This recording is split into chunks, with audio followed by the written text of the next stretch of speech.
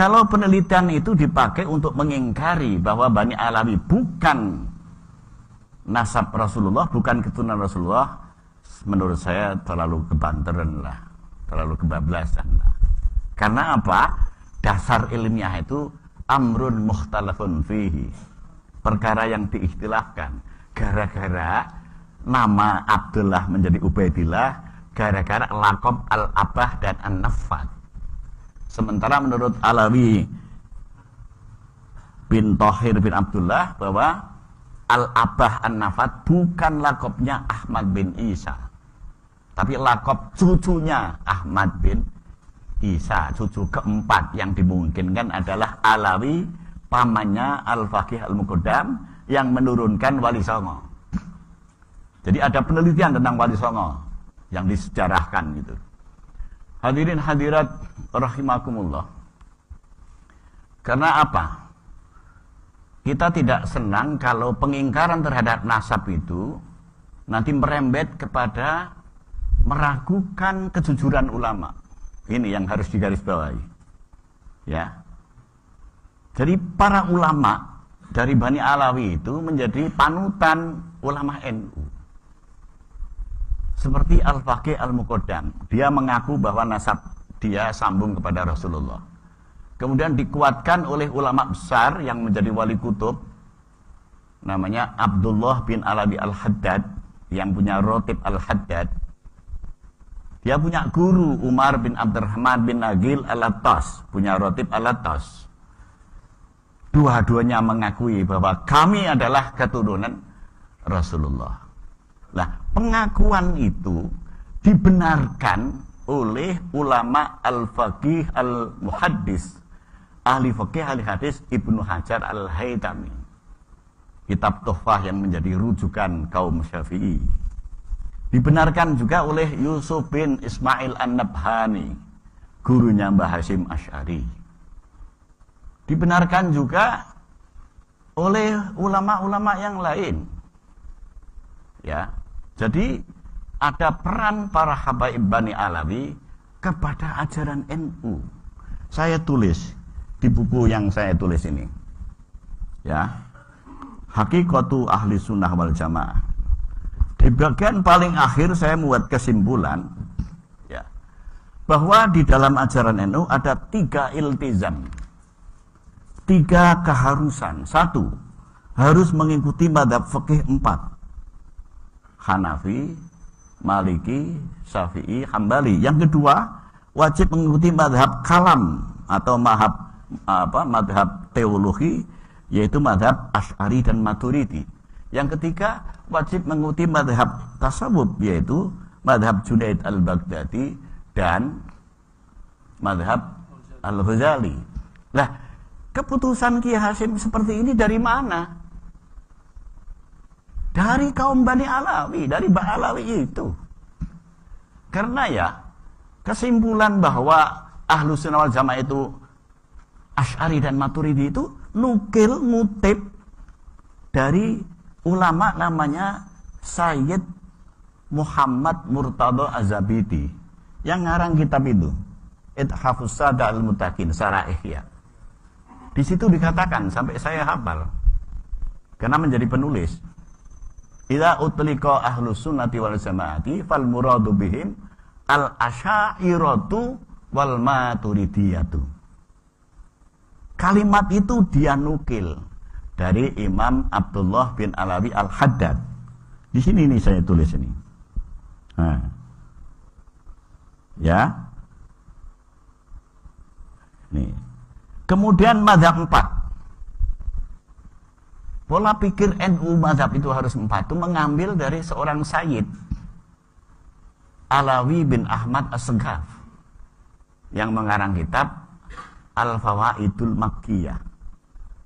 Nah, Alawi bin Ahmad ini mengutip dari Ibnu Hajar Al-Haytami dalam Muqaddimah kitab Tuhfatul Muhtaj.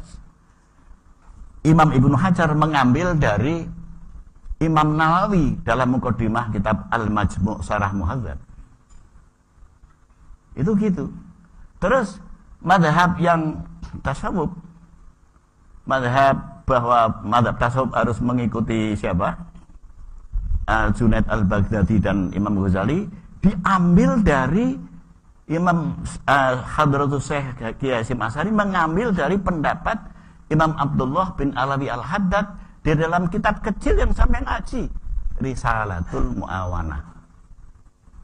Nah, Risalatul Mu'awanah itu mengutip dari perkataan ulama besar dulu abad ke-4 Hijriah, Abul Qasim al-Qushairi, di dalam kitab namanya Ar-Risalatul Qushairiyah.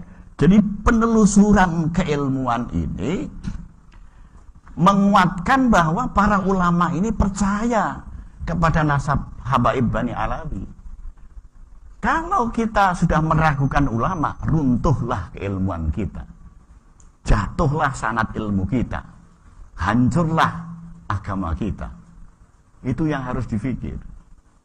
Gara-gara penelitian seperti itu nggak bisa, ya kan? Karena apa?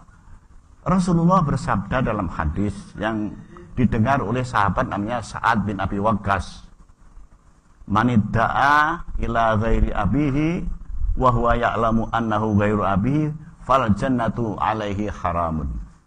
Barang siapa mengaku punya hubungan nasab kepada orang yang bukan bapaknya, padahal dia ngerti bahwa orang itu bukan bapaknya, surga haram baginya. Kalau hadis ini kita saja tahu, sing kelasnya kelas safasif ini, saf ini, nggak ngerti saf-safnya janganlah, nggak enak. Yang kelasnya safasif ini saja ngerti, mana mungkin ulama sekelas Sayyid Murtada Az-Zabidi tidak paham? Mana mungkin sekelas Abdullah bin Alawi Haddad tidak paham? Mana mungkin ulama besar sekelas Imam Nawawi tidak paham? Yusuf An-Nabhani tidak paham? Enggak mungkin. Mereka ulama yang ilmunya kita anut. Kita punya keyakinan kepada para ulama itu. Dan ulama yang harus kita ikuti adalah ulama siqatun, ulama yang andal ilmunya, as-sabat, yang komitmen keyakinannya, yang konsisten ideologinya. Itu begitu. Kalau mereka ini kita ragukan, sama dengan kita meragukan ideologi kita sendiri. Ini bahayanya. Ini namanya fahada khatarun azimun. Ini bahaya besar. Itu menurut saya. Sehingga Abdullah bin Alawi al-Haddad pernah membuat surat. Jadi beliau punya buku namanya Al-Mukatabat, surat menyurat. Al-Mukatabat itu surat menyurat. Dia menyurati seorang ulama. Kalimatnya min Abdullah bin Alawi al-Haddad al-Alawi al-Husaini. Berarti kan mengaku, saya ini Husaini. Kiai Hasyim Asy'ari di dalam kitab Ziyadah Ta'liqat. Jadi NU itu didirikan dulu, dikritik oleh kiai di Pasuruan namanya Abdullah bin Yasin al-Pasurwani. Kemudian kritik al-Pasurwani dibalas kritik oleh Kiai Hasyim, judulnya Ziyadah Ta'liqat, bahwa Anda mengutip syair itu, Anda mencuri dari syair karangan Al-Imam Al-Habib Abdullah bin Alawi Al-Haddad. Kiai Hasyim cetha nulis ngono kuwi. Berarti Kiai Hasyim ngakoni kalau Abdullah bin Alawi Al-Haddad itu Habib Bani Alawi sambung kepada Rasulullah, karena disebutkan Al-Habib, disebutkan Al-Haddad. Kemudian di dalam Qanun Asasi Kiai Hasyim mengakui qala As-Sayyid Ahmad bin Abdillah As-Segaf. Ada As-Sayyid, ada As-Segaf. Berarti ada ulama yang dulu ketua Rabithah Alawiyah namanya Ahmad bin Abdillah As-Segaf, diakui oleh Kiai Hasyim. Di dalam kitab Risalatu Ahli Sunnah wal Jamaah, Kiai Hasyim sering mengatakan qala As-Sayyid Muhammad fi Syarhil Ihya'i. Siapa yang dimaksud Sayyid Muhammad fi Syarhil Ihya? Sayyid Muhammad Murtada Az-Zabidi yang mengarang kitab Ithafus Sada Al-Muttaqin. Jadi Kiai Hasyim itu mengakui. Kalau Kiai Hasyim mengakui, masa kita enggak?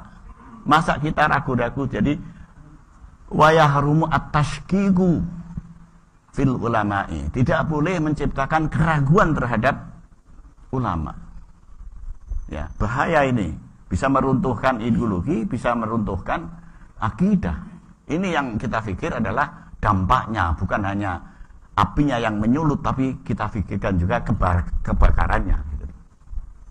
Ya, maka kita harus ikut memadamkan api itu, jangan ikut membakar. Gitu.